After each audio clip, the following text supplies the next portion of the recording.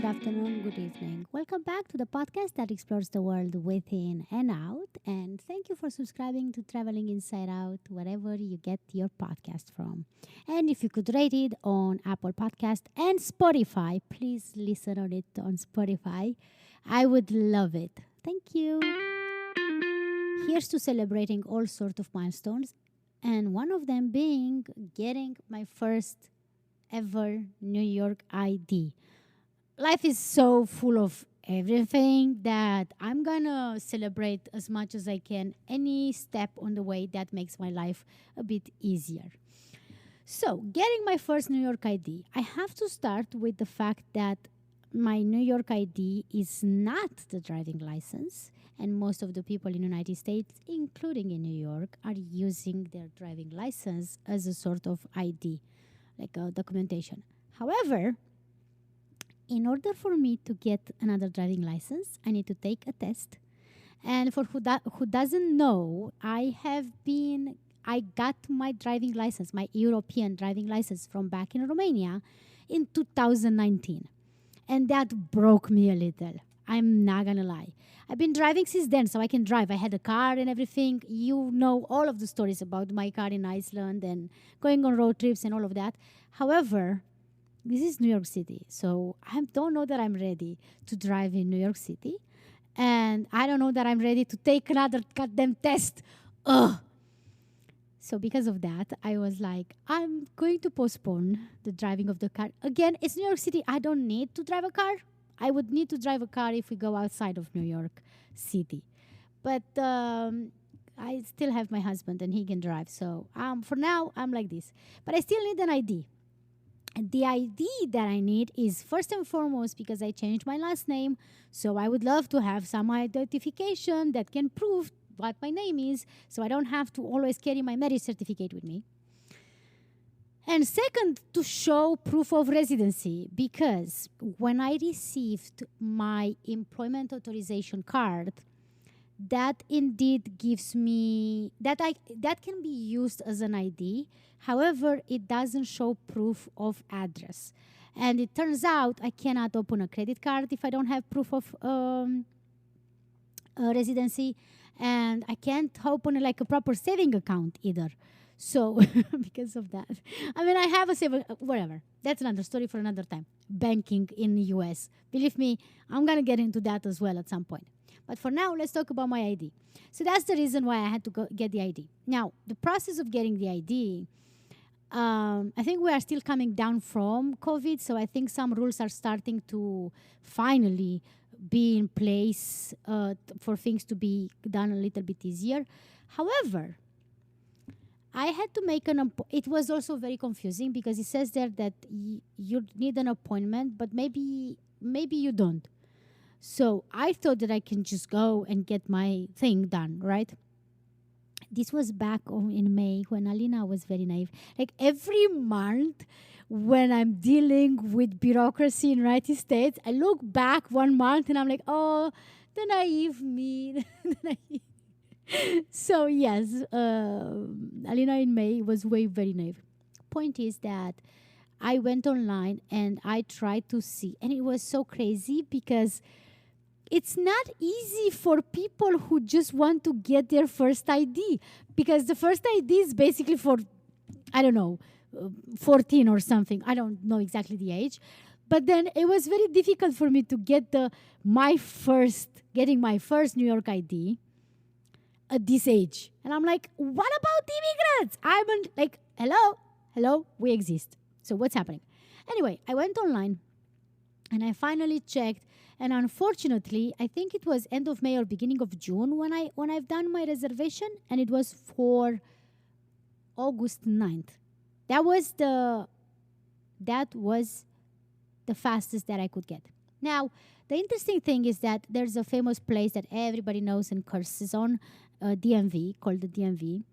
And that's for like driving vehicles. I don't know actually what it stands for, the DMV. Driving motor vehicles, DMV, maybe. I didn't have to go there. There is a Brooklyn Library, and within Brooklyn Library, there is an office that deals with New York ID. So again, I've done the scheduling somewhere end of May, beginning of June, and then finally the time comes to go. Now I had the appointment at 10 a.m., but because of some circumstances that shall not be named, we were about to be late. And I would never, ever, ever, ever, ever, ever be late at an appointment, especially made months and months in advance. So I was freaking the F out. My husband decided to come with me because afterwards we had plans to go and have like a brunch slash breakfast, late breakfast brunch, whatever, somewhere downtown Brooklyn. And because it was nice to have him with me while doing this important step. So I go there. It was 10 a.m. when I entered the building, but the office was way, way, way, way, way, way, way on the other side of the humongous building that is Brooklyn Library, Central Brooklyn Library, or whatever it's called. So we finally make it there, and then it was very confusing because there was obvious an office that you would get in, and then someone will take your picture and so on. But then in front of it, there was like another desk.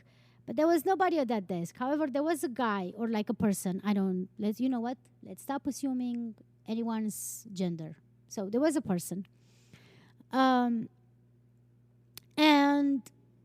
I was confused because they went away and somebody had a question and he was behind me and he was like, I just have a question. But that question took like a few minutes and I'm like, is this fucking guy literally cutting the line? And I hear the person in front, like in the office, saying next. I'm like, I think I'm next. So I want to, like, my husband is like, yeah, I think you're next. So my husband wants to go. And then there was another person that was coming to talk with that person. And I'm like, what the fuck? So I wanted to pass. And then the person who was now at the desk is like, you're not next. And I'm like, I'm not? He's like, no. And I'm like, wait a minute. And I'm like, how do you know that I'm not next? As it turns out, I supposed to check in first with them at the desk in front of that office, fill in some documents. There's always, I don't know that I've ever going to go anywhere in this country and I don't have to fill up some paper. There's always something to fill up. So, and then I was trying to remember, did I fill up any information online or did I just make the reservation? This time around, I promise you, I do not remember. So, I went, I got the, no. So first and foremost, I had to talk with the person that was at the desk. So I showed them the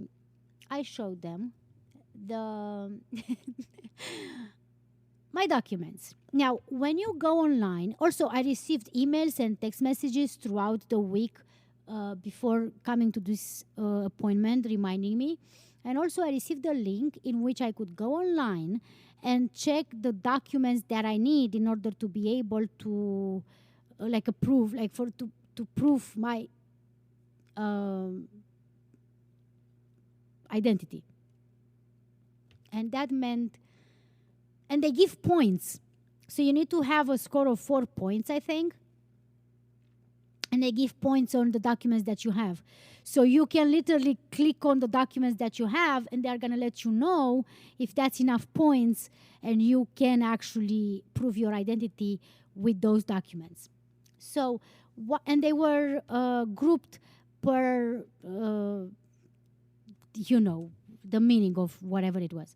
So long story short, I had my EAD, which is the Employment Authorization Card, that has a picture on it. So it has my picture on it. Then I also had, so then you need to have like a lease or a bill or anything like that. So I had the lease from this apartment because no bills are coming on my name, it's just not.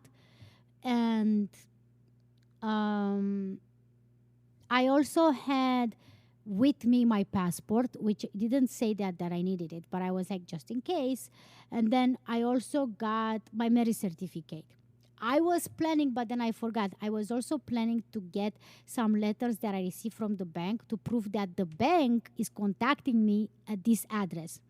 And my understanding is that sometimes this could also work as proof of address. So I had all of that with me. I mentioned the person that I am at 10 a.m. Appointment. Then I showed the lease and the EAD. He asked me for the phone number of my landlord. And I was like, okay. I put it down and I'm like, are they going to call the person and ask them if I actually live there? I was like, I don't, that's weird, but okay. And also it was weird that they asked for my phone number. I'm like, whatever. Anyway, the point is that then he was like, okay, take this, fill it in, go to that table, and then finish, bring it back. I did all of that, and then obviously I forgot to sign. So the person had to come back and be like, please sign here. And I'm like, oh my God, okay, thank you. So I signed it. And then I was just supposed to wait for my name to be called. And I was like, oh, so that's why. And I was like, but why did they say next? And I was like, oh, there's another person in the office. So I think one person in the office was saying to the other one, call the next one. But I thought that they were looking at me and be like, next, like you can come. Because they were calling people by name. So there's no next like that unless you are Ariana Grande. Next, there's come on, I was kind of making a joke here with her song, and okay, maybe I should not mention her because it's a whole situation happening, drama with marriage and stuff. Anyway, so then I'm noticing that most of the people barely speak English, and then I'm noticing that it was very weird because the queue was not a queue, but then there was a queue. It was okay, whatever. And most of the people were staying there for a long time. I mean, it would be minutes and minutes and minutes that they were in. So I finally get in. Like the person calls my name. I go. And within that office, I think there were 2 or 3 desks that had people at. So I was like, okay, so this is why are we so slow though?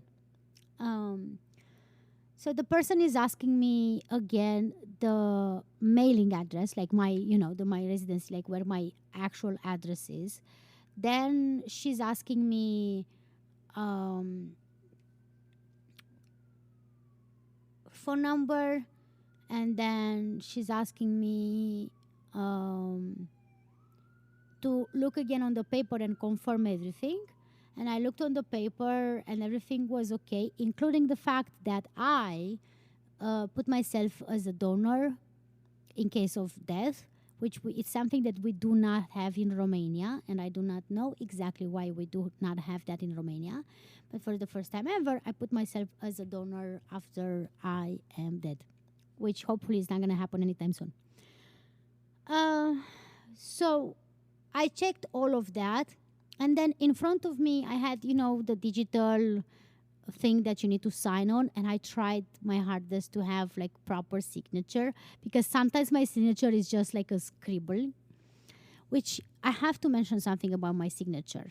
I have not changed my signature, even though I have changed my name, my last name.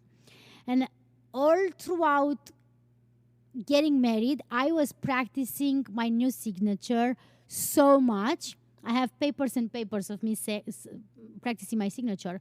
And when I went to apply for the marriage certificate and all that, I asked her, do I sign with the new signature?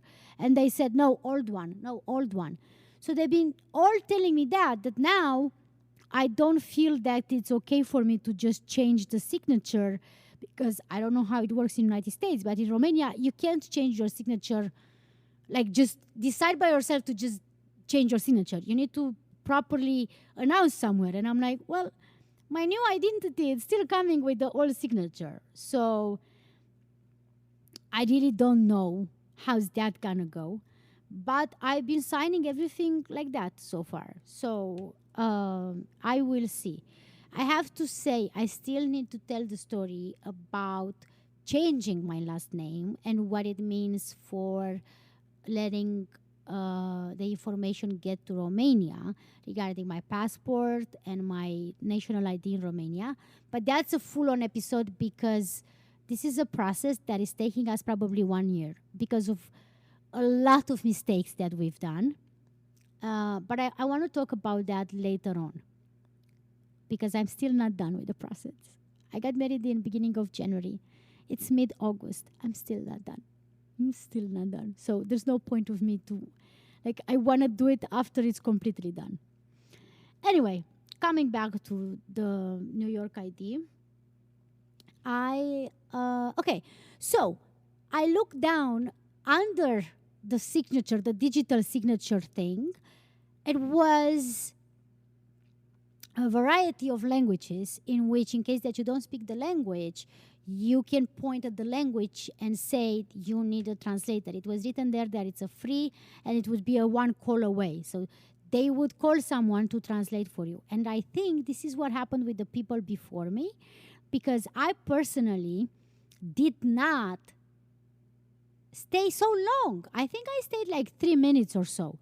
So again, I went there, she checked the information, then she gave me the paper to check it again. Then I signed on the thing, and then she was like, okay, sit on that chair and let me take a picture of you. One thing that I have to say though, I'm sorry, I know nobody gives an F, but this is my document. How come you don't have a mirror close by? Can I just check my hair if the hair is okay? Or like my whatever vestimentation I have, whatever the hell, like you don't give me a mirror for F's sake. Because it's not like I'm going to pull up my phone. I don't think that I'm even allowed to do that. And I think I left my phone with my husband anyway. So that was a little bit weird. I don't know how the picture looked like, which is really crazy if you ask me. Nobody asked me. And it's the same with when I got the picture for the EAD. So I have no idea why they don't, I don't know, maybe it's too many people. I have no idea. But I hope it's going to be okay. I tried to smile a little bit, so I will see how that's going to go. Regardless, this was less than 3 minutes for me since I entered and then coming out. After I took the picture, she gave me the paper, and then she said in 3 weeks I should receive it. If not, after 3 weeks I can check online, and she gave me the code and everything. And that was it. So now I'm waiting. I'm already, this week is going to be 1 week. So by the end of August, beginning of September, I should have my New York ID, my first New York ID. It wasn't the worst.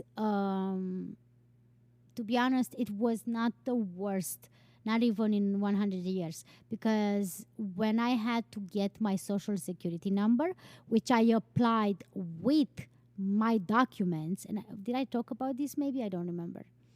That was another, like that was so like long queue, and then people. Oh, it was just people like yelling at other people, and it was just insane. And the same when I had to take my fingerprints taken and picture and signature and all that. And also, I already showed my signature when I got I had to show proof of my signature basically. So I think I'm too in depth right now that I don't think that I can still change my signature. So it's gonna be weird because my signature has my previous maiden last name. I don't know if this at any point is going to make a problem for me, but for now this is what I have. So yes, this time around is going to be a short episode. I just want to remind you that I'm going to take September off, and we're coming back in October with a new season. I'm going to try to refocus on, re-strategize basically on how I want to present the podcast from now on. I am still going to try to record with my friend Andra. If you missed the last episode, we were talking about the beginning of our friendships and how we had a bit of a fallout and then coming back together. In November, we're going to celebrate 15 years since we've been friends. And so in 2 other weeks, I'm going to have another episode, hopefully again with Andrada. So yes, this is the episode for today. Please let me know if you ever had, if you had the worst experience than me with getting your ID. Within the United States or out abroad, let me know, because I'm really curious how this bureaucracy works in other countries, wherever you're listening to me from. This concludes today's episode. Thank you for listening and for reviewing Traveling Inside Out. If you want to get in touch with me, send an email to podcast@alinaigrad.com. And remember, your outer journey begins with inner work. Until next time.